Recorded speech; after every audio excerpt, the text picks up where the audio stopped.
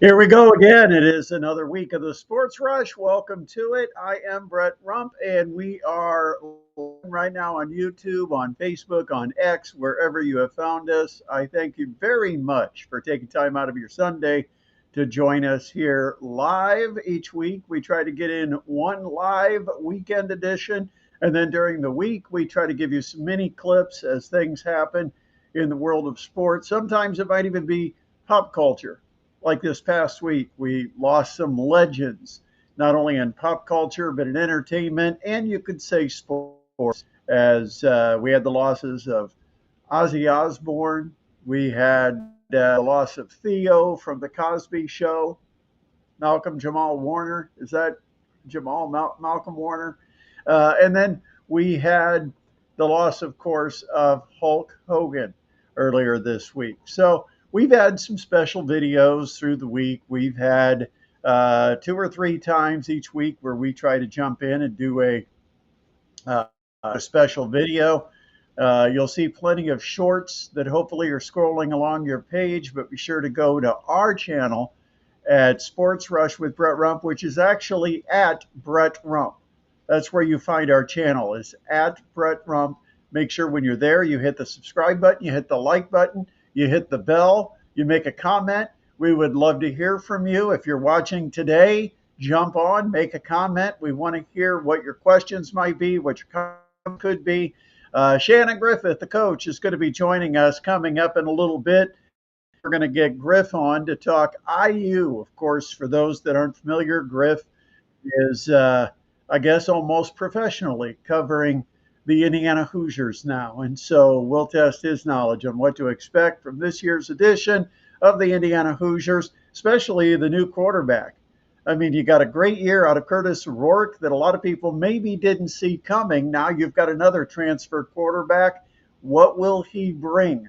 A lot of lofty expectations. In fact, I was hearing earlier this week talk of him being on the Heisman watch list. So we'll get Griff's take on what the Hoosiers have, if there's anything they're missing, what are their chances of making a back-to-back years in the college football playoffs. All of that is coming up on today's show. Also, some action. Right now, the Indiana Fever are taking on the Chicago Sky, and the Fever are going to wrap up a 93-78 win over a depleted Chicago lineup. That is a lineup that doesn't have Angel Reese, doesn't have uh, Haley Van Slith, whatever her name is, and then they also lost Vandersloot for the season, so they're hurting with injuries. Now the Indiana Fever, of course, playing without Caitlin Clark, so they're dealing with injuries of their own, but they do cover the spread today with a 93-78 win in Chicago. By the way, did you happen to catch the game on TV? If you're watching on ABC national television, there was the man, the myth, the legend, John Nolan, former TinCast broadcaster. And I don't know if he's current Mastodons television broadcaster or not. I guess we have to wait until the season gets closer before we know whether John Nolan. Right now, he's a contract holdout. Actually, I think he's just trying to figure out what his winter schedule is going to look like. But John Nolan, of course, had to leave the Tin Caps because his schedule was not going to allow him time to maintain his responsibilities with the Tin Caps, and so he went down to Indianapolis, where he is spending the his summer. What time he's not spending in Indy, he's spending in a WNBA city near you. He is traveling with the team, calling all home and away broadcasts on local Indianapolis radio. They don't have affiliations yet. If they do, hopefully it will be here in Fort Wayne on 1380 The Fan. I know we have the Pacers on 1380 The Fan, and so we would be the first if it can work out with the scheduling. But uh, during the summer, the Tin Caps have first priority, and the Fever, like today, the Fever and the Tin Caps basically playing at the same time. By the way, speaking of the Tin Caps, Garrett Hawkins makes it 32 straight innings without allowing a run. He still hasn't allowed a run since April. He comes in, pitches the ninth inning, a scoreless ninth, and the Tin Caps come from behind after 6 innings, something they have rarely done this year. What is this, the fourth time this year, I believe, that they have come from behind after trailing through 6 innings? They gave up 3 runs in the bottom of the sixth. They trailed 4-3 heading to the seventh. The Tin Caps with 4 runs in the seventh, including a 2-run homer for Brandon Butterworth, which gave the Tin Caps the lead for good. They go on to a 9-4 series finishing win in Cedar Rapids. And for the week, I believe, what they do, split the series, 3 games each. And now the Tin Caps will come home next week. They'll take on Dodgers affiliate Great Lakes starting on Tuesday. Justin Hartsaw is commenting, yeah, Garrett Hawkins has been just pure smoke. I mean, the guy, 96, 97, maybe even hit at 98 on the fastball. It's got a good mix with the slider and curve that he'll spin up there. But the thing is, he's just hitting spots. He's giving hitters nothing in the middle of the plate that they can drive. He made one mistake on Friday night. He hung a curveball, and fortunately, the ballpark was just big enough to keep it contained because it was very close to going out of the yard, and that would have, of course, broken the streak. But now, 32 straight innings of scoreless baseball, and I think covers, what is it, 25? Somebody can correct me if I'm wrong. I think it's 25 consecutive appearances now for Garrett Hawkins where he's not allowed to run. Now, they got him warming up because going to the ninth inning, it was a 7-4 game, and it looked like it would be a save opportunity for Hawkins.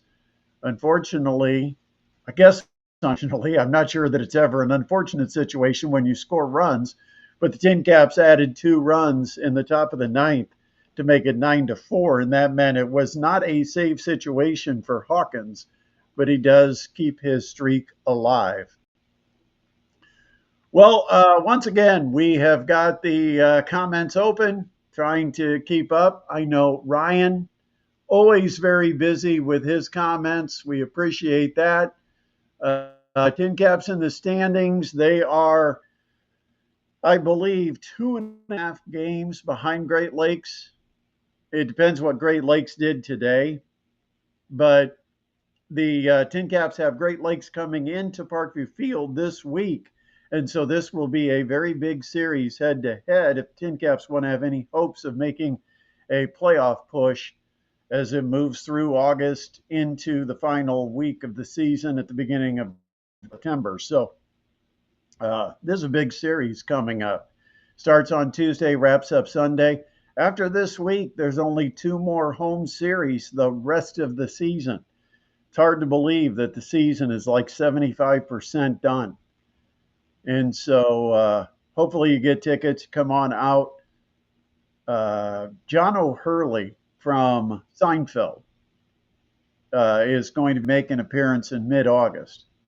Can't wait for that one. Friday night would be fun at the ballpark. Of course, he was, what was it Mr. Peterman that he played on Seinfeld?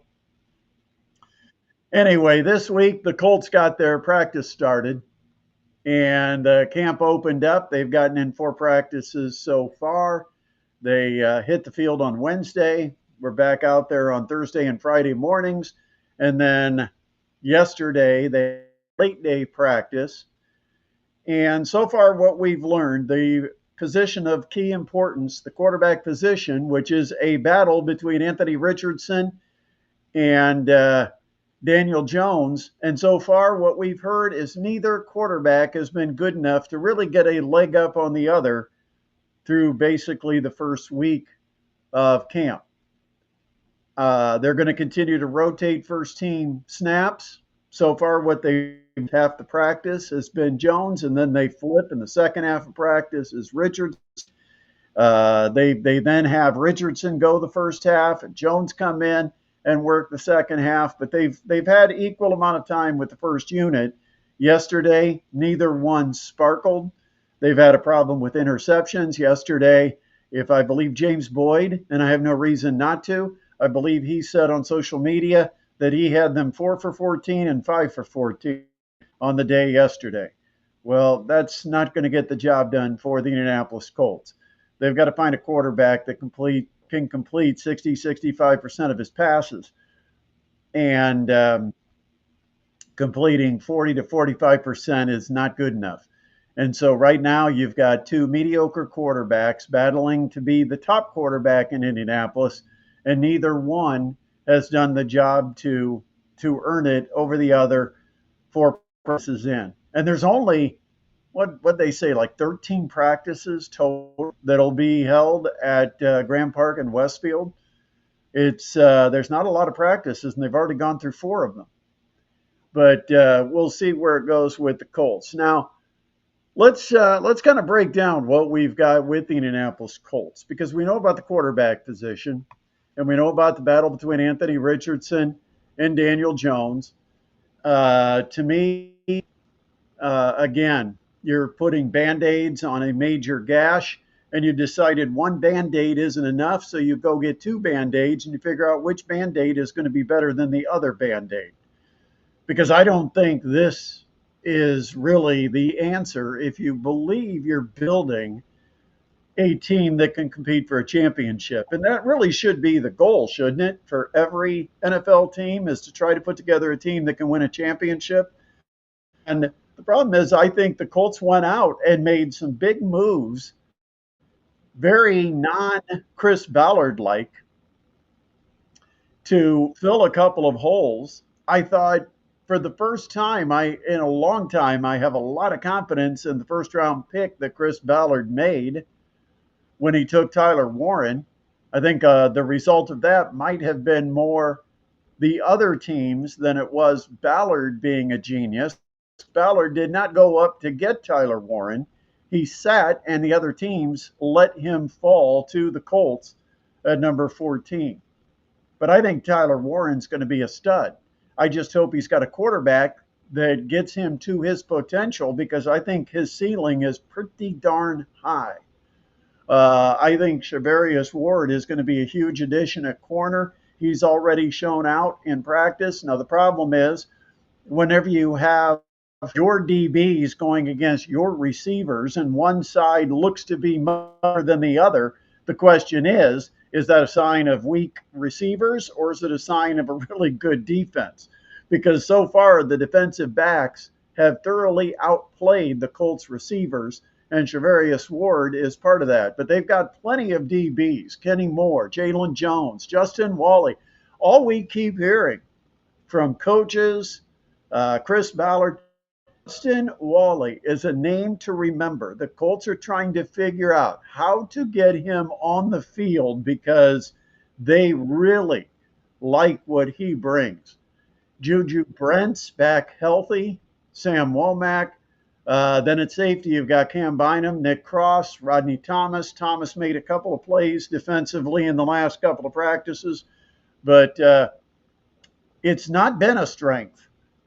And I think with just a couple of guys, and then having a couple of younger players developed and have kind of stepped up, like Jalen Jones. I didn't think he was good when he started last year. I think as the year went on, he became better. But I still think he's a weak tackler. I think that's one area he has to get better, is in his tackling. But I do think, just by numbers, when you take guys like Kenny Moore, Cam Bynum, and just Ward, you've got the makings to have a pretty good secondary. Offensive line, what is that going to look like? Well, you've got Bernhard Raimann back at left tackle, but if you listen to Bernhard Raimann on the Fan down in Indy this week, he mentioned that the Colts and his agent not really in the same neighborhood when it comes to his future in Indianapolis. And that primarily is referring to money. So the question is, can the Colts afford to keep Raimann at their left tackle? Now, of course, we know Quentin Nelson is back at left guard. You've got Tanner Bortolini right now working at center, replacing Ryan Kelly, who's departed. Matt Gonsalves, He is now in at right tackle, replacing Will Fries. And it's interesting because the Colts are trying to figure out where their depth comes from. Do they go versatility and take a guy like Danny Pinter and have him as the backup center and backup guard? So if either one of those positions is injured, you can put Pinter in. He is your next in line among offensive linemen, but not necessarily position specific, because he has gotten some reps at both center and guard. But I think Gonzalez is going to be the one who gets the starting spot at right guard. Braden Smith, some time last year dealing with personal issues, and he is back at right guard, at right tackle. But that's a unit that's just got to get some cohesiveness, because anytime you have to replace a couple of guys in your offensive line, you've got to make sure everybody's on the same page. They're in tune. There's chemistry, and that's what the Colts have to accomplish here in their fall practice. Before we get to our guest, I do want to talk a little bit, because this is starting to leak out, and I've talked about it here on the show. The Purdue Fort Wayne Mastodons men's basketball team. On the radio, we always had the schedule release show, where we went through and told you the entire non-conference schedule, one game after another. Coach Kaufman would talk about each team on the schedule and how they ended up being on the schedule, and any history between the two or coaches he might know that are with that program. A lot of coaches relationships with head coaches, assistant coaches all over the country. They run into them on recruiting trips. They a lot of times they've crossed paths through their careers, or they've hired somebody that the other one knows, and so they've communicated and talked about different hires. But the bottom line is, we're not going to have a single this year that goes through and tells you each game. Why? Because the Mastodons have realized that some of the schools that already have the contracts are announcing games. The Mastodons still have some games that have to be T's crossed, I's dotted. And the Mastodons don't want to announce a game that isn't officially final with the contract in the file. But everything's agreed to. They schedule drafted up. I may or may not have seen it. But I can tell you that there's been some games already announced on social media. And so we can give you some of the games. First of all, I can tell you that the Mastodons are going to start their season with 2 guarantee games. Now, this is something that I don't think has ever happened. I don't think Coach Kaufman has ever wanted it to happen. I don't think he really likes to have the chance to start out 0-2. So usually if one of those first 2 games is a guarantee game, the other one is usually one of the non-D1 opponents. But this year, they are challenging themselves. They are going to open up on Monday, November 3rd, and they will have a guarantee game against a power opponent to be determined. Can't tell you who it is. Sometimes you're sworn to secrecy. But I can tell you who the Mastodons play in that second guarantee game, because that one's been announced. I saw that one leaked online, so I'll go ahead and tell you that on November 7th, the Mastodons will travel to Columbus, Ohio to take on the Ohio State Buckeyes. Now, first thing I did was I looked at November 8th, that Saturday, to see, is Ohio State in town, out of town, football-wise. They're out of town. In fact, they're at Purdue. So while you've got the Ohio State football team playing Purdue, you've got Purdue Fort Wayne playing Ohio State in basketball. But that is opening week on Friday in Columbus. So Purdue Fort Wayne Mastodons fans, this is your chance to see some Big Ten basketball and see how the Mastodons stack up against the Buckeyes. That is on November 7th. And then 11 days later, on November 18th, a Tuesday, for those that have travel issues, not the best day. But on a Tuesday, the Mastodons, November 18th, this would be the week prior to Thanksgiving. You would have the Mastodons in Salt Lake City taking on the Utah Utes. And then December 21st has been announced. This will be the Mastodons' last game before the Christmas break. In fact, it'll be their last non-conference game. The Mastodons will take a short trip to the Northwest. They will play at Notre Dame against the Fighting Irish on Sunday afternoon, December 21st. So what we know so far, the big games that have been leaked or announced. Ohio State is November 7th. The Utah Utes is November 18th. And Notre Dame is December 21st. That from the Mastodons. And yes, Ryan, Coach Kaufman is going to join the show once we kind of get more of the schedule out there and give us his thoughts on the opponents and everything. Plus, we are going to get to meet some of the Mastodons. They'll be joining the show as well. That will either be on our regular weekend live show or we might do some special videos on that. But one way or another, we'll make sure everybody meets the Mastodons. Had some fun actually talking to a couple of the guys. Of course, Yuval Levin, who is the gentleman out of Israel, about 6'5", 6'8", a guard or a wing. He's more of a 2 to 3 man, could play the 4, prefers not to play the 5, probably not a point guard, but he can help you on the perimeter, even though he's 6'7", 6'8". And then you've got another guy in Kaba, Ibrahim Kaba, or Ibrahim. I noticed he pronounces it Ibrahim Kaba. Transfer from St. Bonaventure. He will be officially a freshman because he redshirted for the Bonnies last year. And he's 6'8".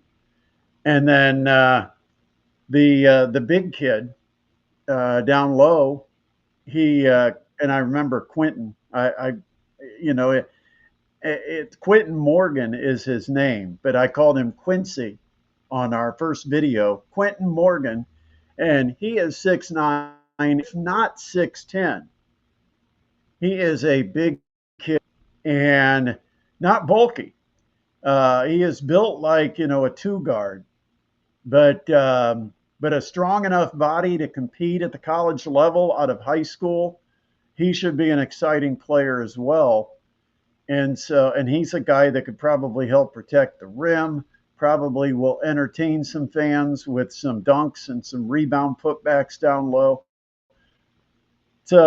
It's a group that if they get the 3-point shot, which is always one of the keys for the Mastodons, if they get the 3-point shot and they get it to fall, you got to feel good about what Coach Kaufman's been able to do, replacing some really big pieces with Jalen Jackson, Rasheed Bello, Eric Mulder, all either graduated or transferred.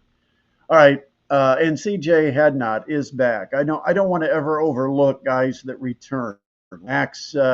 Max Nelson and CJ Hadnot and Mason Shroud, who was a redshirt last year. Don't want to overlook Chris Morgan, who has been on and off injured throughout his career. I mean, guys that return, D'Angelo Elise, they're just as important as some of the new guys. We focus on the new guys because we're trying to get to know them.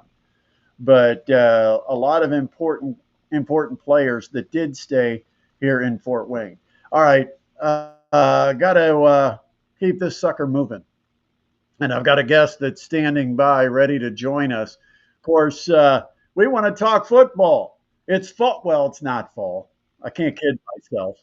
We can pretend like it is football season, but it's still summer. And there he is. Coach Griff. It's always funny, Griff, because football season, high school football, always jumps up on me so quick because I feel like I'm enjoying the second half of summer. And here we go, Friday nights. We're only, we're less than a month away. Yeah. Friday night high school football. and that means we are about 1 month away from college football, and camp has started for NFL football. A lot going on. It's a busy time of year, and I can't wait for it. It's a great time of year. It always coincides with the Brickyard 400 too. I always think is when the Brickyard 400 usually runs, you're about ready to get things rocking for all the different football, NFL. Well, they moved that race around, Griff. It was one week, 1 year. I think it was the same weekend as opening weekend of the NFL, because I think that was when the Colts were out in Los Angeles or something, and they were running the race. And then they moved to August, and then ended up too hot in August. They moved it now back into July. But it does kind of. They're trying to figure out the spot for it, so it's not a conflict, but it is near the beginning of football. Yeah, they initially had it back in the day in July, because when I was coaching at Ball State, it was usually running the day they normally report to start camp back in those days. So yeah, it's back to its normal positioning, I guess you could say. And it's hot out, which means it's starting football season. Now we wait till about Wednesday or Thursday this week. We'll probably get a little taste of fall, because it looks like we're going to have highs in the 70s and lows in the 50s. So stick around, Indiana. It changes every few days. By the way, anybody watching can probably see we're not Generation Z or Gen Z or whatever, but our generation, it's been kind of a tough week for us, Griff. I mean, we lose Theo from the Cosmic Show. We lose Ozzy Osbourne. I mean, we grew up on Ozzy, so to speak, and then you add on top of it Hulk Hogan. I mean, Chuck Mangione. And then Chuck Mangione. That's right. I mean, it's crazy how much which people, anybody that's half our age or younger, has no clue. No idea. None. Google. We talk about him like he's a household name. That's right.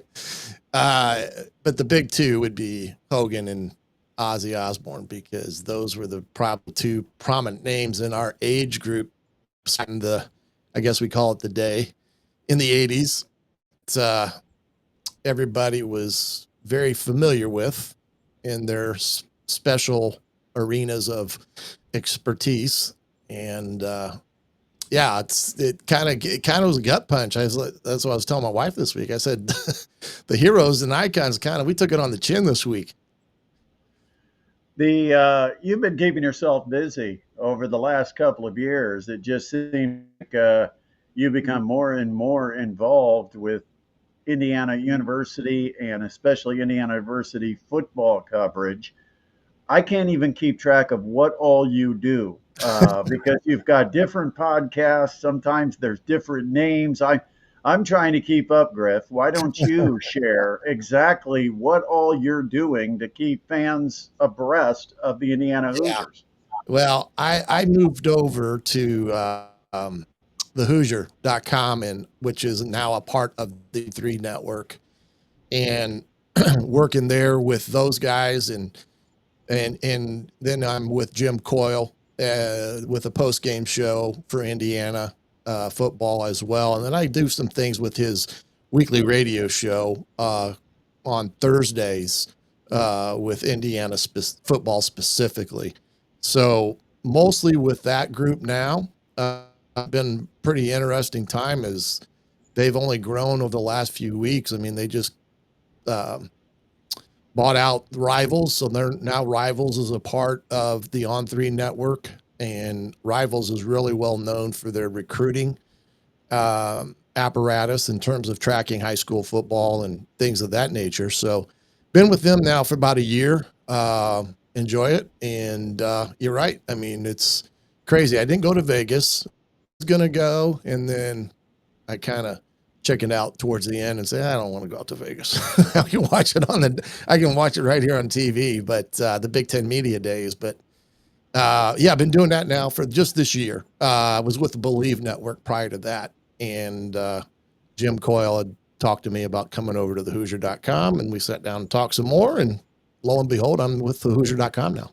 It's interesting. Having it in Vegas, I would definitely love to go to Vegas. The only problem is if I had any kind of heater going at the tables, I would not be at Yeah. any press conferences. No. I'd still be sitting at the tables. So probably not the best place for me to go cover Big Ten media days. But let's let's talk about the Hoosiers coming off that season a year ago. You want to be cautiously optimistic, but there is still, I think, a certain feeling in the back of the minds of Indiana Hoosier fans. Can lightning strike twice, or is it even lightning? Or is this a new era? I mean, you really you don't want to get your hopes up based on one season, Right. but yet Kurt Signetti keeps selling you the idea that this team is legit and here to stay. How much should Hoosier fans believe that this team has another shot to do what they did a year ago? Well, there's no question that the way Coach Signet believes and the way he handles his business is that he always believes he has a chance to win, and that's what he expects to do. And he did it last year and was very open about it, and he was able to um, deliver, I guess you could say, on that. The team that he's got coming in this year, in some respects, may be better on paper. Well, I always say you have to wait and see between the white lines what happens. But, I just did a podcast last week on the 3 games that I think will have a defining imprint on Indiana's season this year. And it's their first 3 Big Ten games as they've got Illinois at home, who is picked 4th in the Big Ten. Then they go to Iowa, who's picked right behind Indiana. And then they get a trip out west to Oregon, who's picked right now 2nd and some 1st overall. A few weeks will have a defining imprint on how far Indiana goes this year. I think they have an excellent chance of going at least 2-1. Now, some are going to say, well, what about 3-0? Well, it's not off the table, but when you look at it on paper and where they've got to go, it's not easy winning at Iowa, and it's not going to be any easier winning at Oregon, which is probably the loudest stadium, Ohio State and Penn State in the Big Ten. So if come out of those 3 weeks 2-1 and be 5-1 overall, then I do think they have a chance of going back to the college football playoffs with a date in November against Penn State, which could be a monumental game if things fall right. But I think with what they've got on defense coming back and what they've added, their only concern maybe at linebacker, because they lost the Walker kid to graduation, but they did pick up their secondary should be really good. And their defensive line, I think they replaced CJ West and a couple other guys. Offensively speaking, up front may be their best offensive line depth-wise that they've had in I don't know how many years. They do have a legitimate at least 7 to 8 guys that can play in the Big Ten and are Big Ten bodies. That is not something we talk about very much about Indiana when it comes to the offensive line.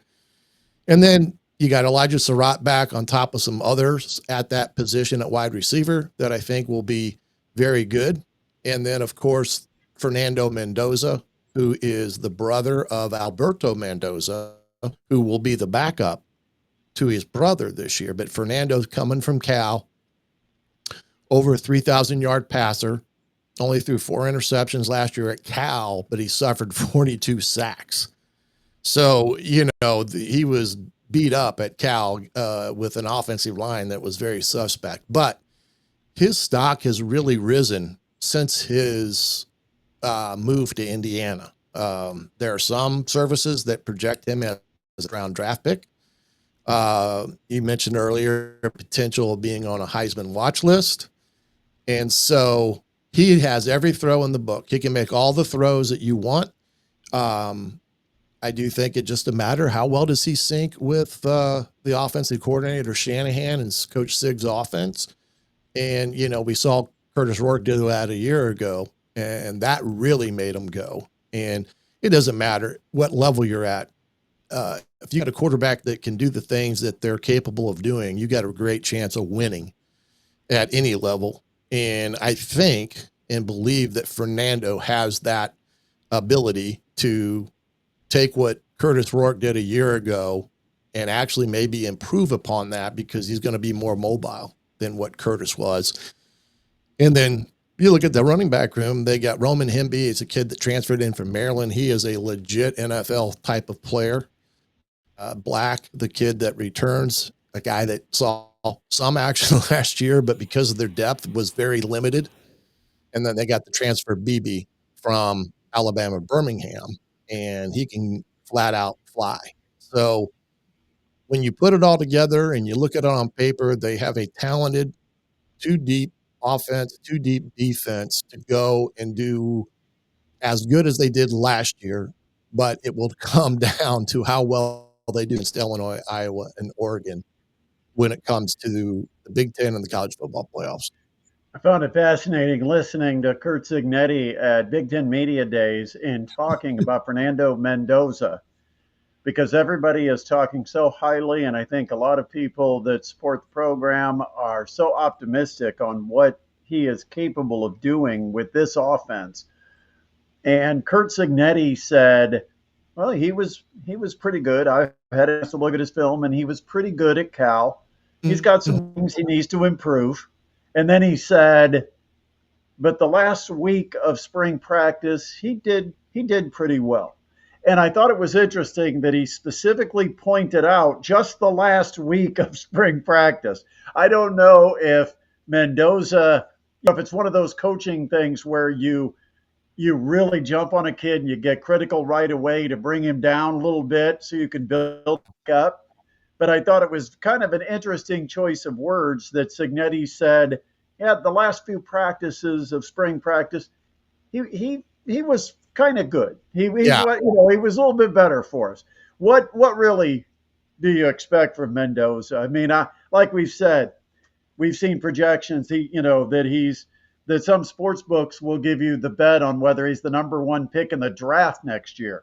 Heisman Trophy watch that he's potentially going to be somebody to watch for the Heisman. Is that too much hype? Is that too much pressure, or is it deserved and earned? Well, I do think has earned it based upon what they've been able to evaluate of him based upon last year's film at Cal, because what he did there was tremendously impressive just because of the number of the times that he was sacked, and he only threw 4 picks. So he's a high proficiency guy, pro style type of quarterback. Now, what I think Cignetti was referencing about his practice performance in spring, it took him a better part of spring practice, except about the last 4 or 5 practices before he firmly understood the offense well enough that he could execute without thinking. And that's the whole thing with Cignetti. That he wants players that don't have to think, and he wants to play at their optimal speed at all times at any position. So I think that's what he was referencing with Fernando, and Curtis Rourke went through the same thing. And he almost said the same thing about Curtis a year ago, wasn't really impressed until he got about the last half part of the spring practice, and because they were making too many mistakes and bad stuff. But as far as Fernando's ceiling, I think it's very high, and it will all depend on can Indiana protect him, which I do think they have a line to do that. They showed that last year with Curtis Rourke. And I think the biggest thing that Fernando will have to learn, coming from a school that he got hit quite a bit and would have to vacate the pocket relatively early, is being able to stand in the pocket, let the play develop and bail too early. And that's something that have to settle in with what he's got there at Indiana. But that sometimes is a hard thing for a quarterback to break a habit of, especially when you've, kind of muscle memory has been getting, waylaid in the pocket for the last year. So I think if he can do the things that Coach Signetti and Coach Shanahan likes to do, he's got plenty of weapons on the outside and handing the ball to. And you add a couple of quarterback runs in the equation that they didn't have last year, or moving the pocket. I think the ceiling's high on him. You know what I just realized? And see, I'm learning technically how to produce this show a little bit because I'm kind of on my own as far as That's right. producing the visual aspect. But what I've learned, my monitor is on my screen way over to that side, right? Yet I have myself positioned so when I look this way, I'm actually looking away from my guest. It would be, Don't worry. yeah. I do the same thing. It doesn't matter. I'm analyzing this, thinking it looks like I'm ignoring him, like I'm just turning my head like a dog. That's how your dog sometimes will not listen; it'll just turn its head and act like it can't hear you. Yeah, exactly. I get that a lot around my way. Maybe my dog, maybe my wife. Yeah, I would get it from my wife, but she's not here. So the new college football playoff format, is that taking place this year with the Big Ten getting 4 spots or whatever? No, they're trying to get it. I want to ask you this though, because I'm not going to quiz you on the whole arrangement, but because I know now they're dropping the seeding, the old seeding system, right? But I do want to ask you this: now that Indiana has made it as a 1-loss team, do they have a shot to make it as a 2-loss team? Because now people will believe in the Indiana product and everyone will acknowledge that it's not just the schedule. Because last year, I think there was some reservation about Indiana because they only had a couple of tough games and they lost one to Ohio State. Yeah. But this year, can they make the college football playoff with 2 losses? The short answer is yes, if the 2 losses are Oregon and Penn State. If they are, if they have more losses behind that, I think it's very doubtful. Last year at this time, when you looked at Indiana's schedule, you had the defending runner-up in the national championship game, Washington, on the schedule. You faced a Nebraska team that was a top in the top 25 or top 15 in preseason a year ago. And you had Michigan coming in, the defending national championship team. And everybody thought, wow, that's a pretty tough schedule for Indiana. Well, as soon as the season started and things started rolling like they did, and they boat raced Nebraska and Washington, all of a sudden assumed that they had a poor schedule. And that was the furthest from the truth in that regard. But the debate on strength of schedule, who you play, who you don't play, I mean, that was part of Signetti's comment at the Big Ten days when he said, we just figured that we had adopted the SEC philosophy of scheduling. And the reality of it is what he said was exactly true. The SEC plays 2 G5 teams and 1 FCS team in their non-conference schedule. Their 4th non-conference, they try to cross with an ACC school or Big 12 school. And now the Big Ten coaches are saying, wait a minute. Instead of saying that's your 9th conference game, you have enough conference members now that you play your 9th conference game and only have 3 non-conference games. And that's the big uproar that you're hearing when it comes to the potential expanding to 16 and having 4 AQs and all that good stuff. But it makes it very difficult in evaluating teams from conferences against one another. Yes, and that's the whole thing that they're trying to get the whole philosophical approach is trying to take out of the hands of the college playoff committee and all the subjectivity that goes into thinking, what does an 8-conference team versus a 9-conference team, what are the differentials in that, and so forth and so on. The whole argument on that center. Now, whether that is going to get rectified. I think they have a timetable to get it done so they can have it in place for next year where they move to 16 teams. But the Big Ten is even talking about having a championship weekend that lasts the first week after the last season game, where you'd have three play six and four would play five, and they call them in games, and that would potentially get them in the AQs. So there's a lot of things out there right now when it regards to the playoff, but they're going to be at the 12 this year. You're going to have the same argument that we always have because if it's not Indiana this year, it'll be somebody else. I mean, it's going to be somebody else. It could very well be a team like Iowa or a team Alabama was the talked about team a year ago. Yeah, I think even more so than Indiana. Yeah, but then Michigan went to the bowl game, hammered them, which a team that Indiana beat, and that took that out of the equation real quick. But the SEC doesn't want to think that way. They're very. I'm sorry, and this is not because I cover Indiana at the Big Ten. The SEC has always had an overinflated opinion of themselves and their conference from the word go. Down south, they just say it's different. Well, they haven't won the national championship in 2 years, so that's number one. So let's lessen the talk about how good the SEC is, and that's the thing that we're getting into now with the Big Ten, the SEC, ACC, and Big 12. Everybody's saying we're better than this and we're better than that team, and that's why they want to have this even playing field that if everybody plays 9 conference games, you get 3 non-conference games, you get a conference championship. Now, if nobody wants to play a championship, or if, the ACC says we're not going to play one because it's not valued, then we're not going to play conference championship. So you're either going to play it or you're not.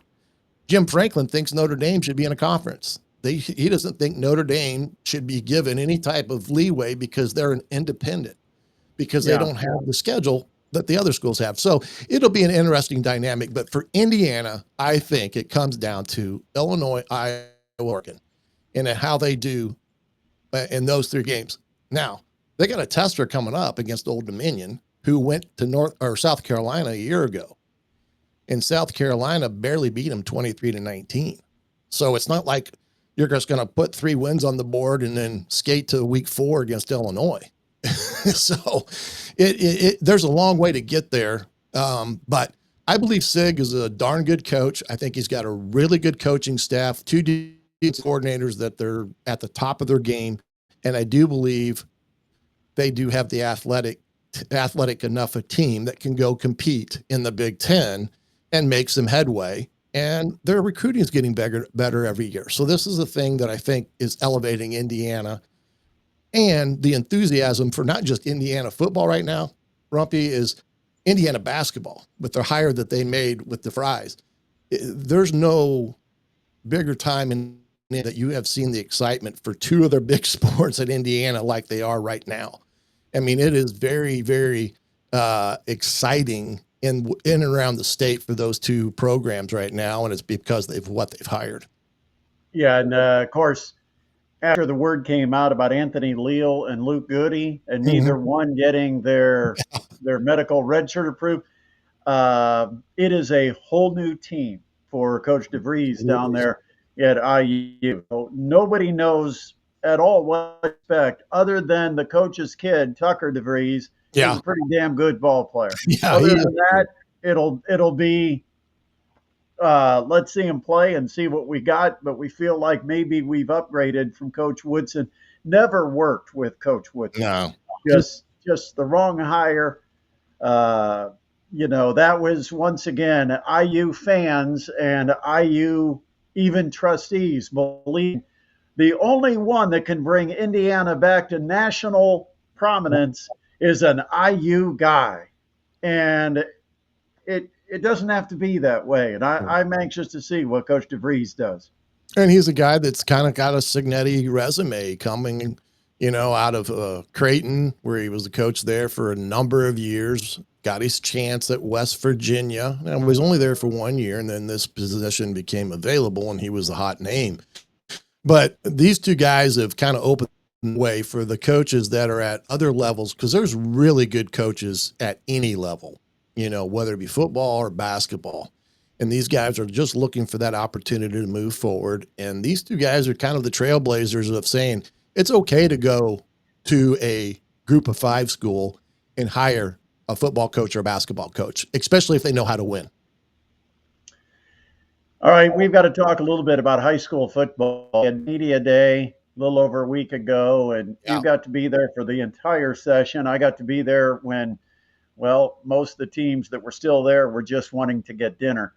But but now I will give you kind of my one takeaway that kind of stuck with me, and I want to get your thoughts on anything that really stood out for you out of media day, of anything to expect or any surprises.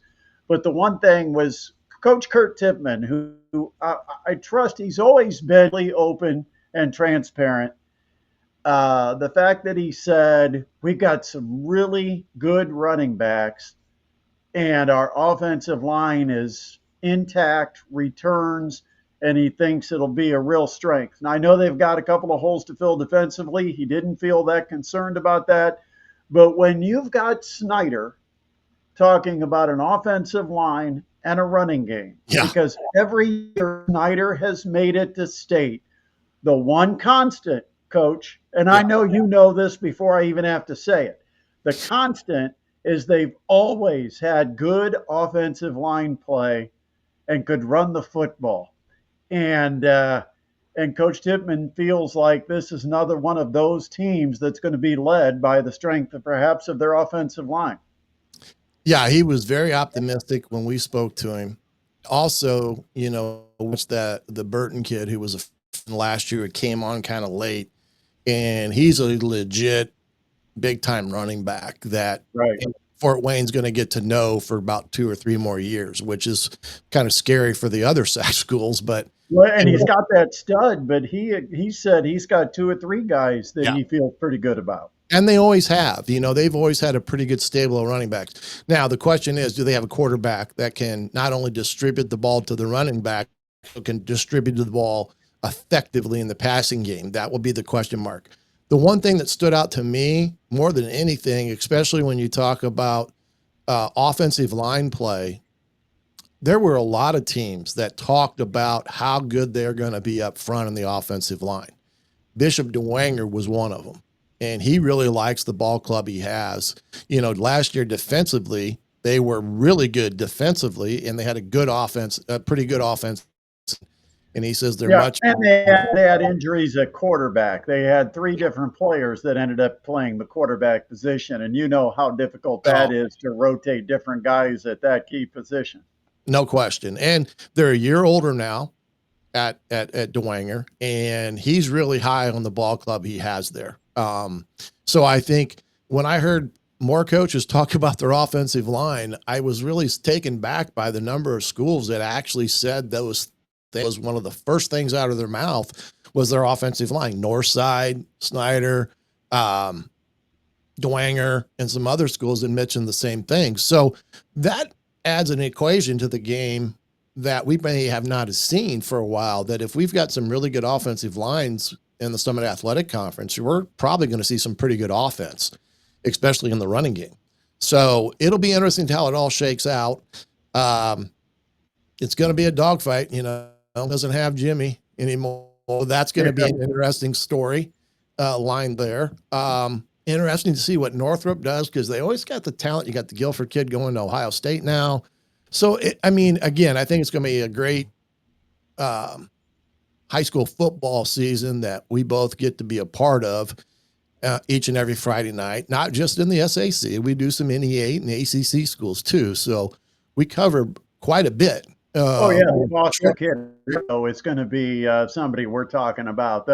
This Phillips kid, the freshman up at East Noble, Austin Phillips. He's going to be a guy that's going to be fun to have to watch for 4 years up in Kendallville. So there's going to be plenty of players that we're going to get excited about that we probably won't even mention before the season begins. But looking forward to it, Griff. Appreciate the time. Pardon? I said absolutely looking forward to it. We'll see Friday, but is it August? What date is that? I'm going 20. to say, is it 25th or 18th? I can't remember. Man, oh man. We're too Well, old for this. We got to have it. I should show up at least partially prepared. August 22nd. 22nd. I was close. 22nd is officially the first day of high school football. We'll be all over it. We'll have our Parkview Sports Medicine tailgate pregame show, and then we'll have a game, and it will be posted online at 1380thefan.com sometime fairly soon. Fairly soon. Pre-post. Fairly soon, hopefully. We have hopefully. Pre-game, we have the game, and then we have the post-game. So we have it all again this year. Yep. All right, Griff. Appreciate you. Yep. You too, buddy. We'll be in touch. All right, partner.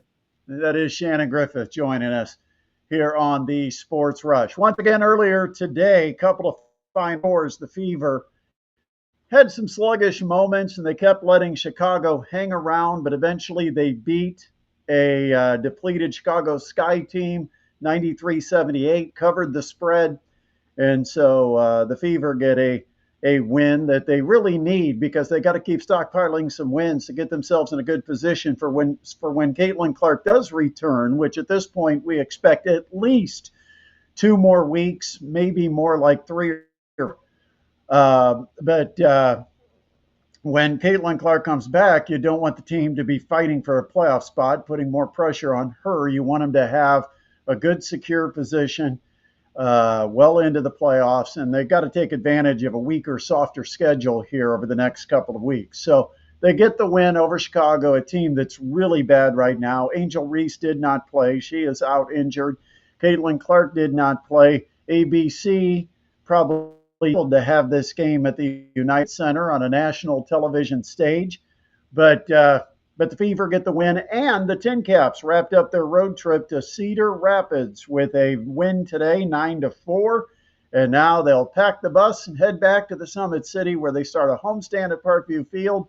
6 games coming up against the Dodgers affiliate, the Great Lakes Loons. And the Loons will feature a couple of guys that I think they both play in the Futures game, or did DePaula only play in the Futures game? But they've got 2 of the top prospects in baseball, Zaire Hope and Josue DePaula. And those are 2 really good, exciting ball players you'll want to see while you have the chance, because there'll be 2 of the guys that in 2 or 3 years you can tell your family, your kids, your parents, whatever. I was at Parkview Field, saw this kid play. Josue DePaula and Zaire Hope. They're both with the Great Lakes Loons, part of the Dodger system. And, of course, the Tin Caps. Garrett Hawkins today added to his scoreless streak. It's now 32 consecutive innings, hasn't given up a run since April 23rd.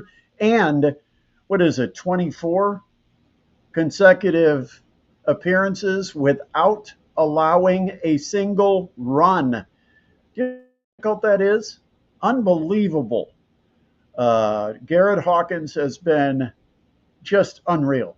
And he finished it off today for the Tin Caps, even though it was a 7-4 game in the 9th. The Tin Caps added 2 in the top half, so they won it 9-4 after Hawkins pitched the scoreless bottom of the 9th inning.